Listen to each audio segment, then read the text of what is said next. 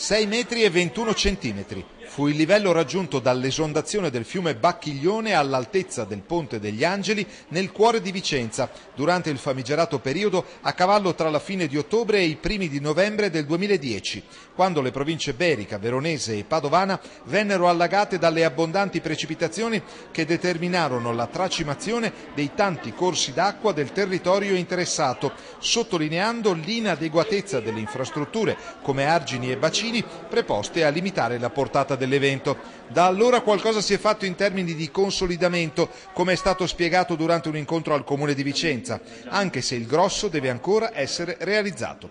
Nell'occasione è stata presentata un'esercitazione tecnico-acustica in programma sabato 27 ottobre per testare le 14 sirene di allarme alluvione posizionate in città. Gli utenti avranno quindi la possibilità di commentare l'efficacia dell'iniziativa attraverso appositi moduli. Da parte nostra avremo tutti i volontari della nostra protezione civile che in quella giornata presideranno la zona dove questi suoni devono essere uditi dalla popolazione.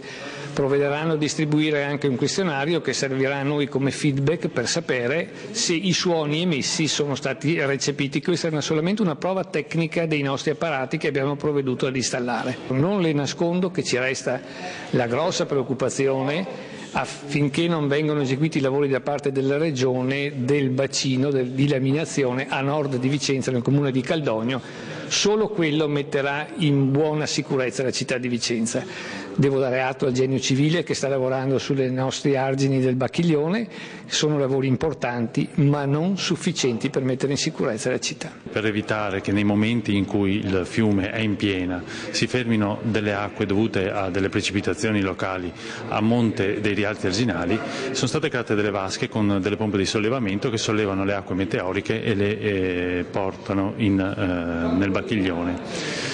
E inoltre appunto è stato realizzato questo sistema di allertamento che ha la funzione poi di preallertare e allertare la popolazione e quindi fare in modo che si metta in sicurezza la propria attività, si mettano in sicurezza le proprie case e poi in corrispondenza dell'allarme si mettano in sicurezza le persone.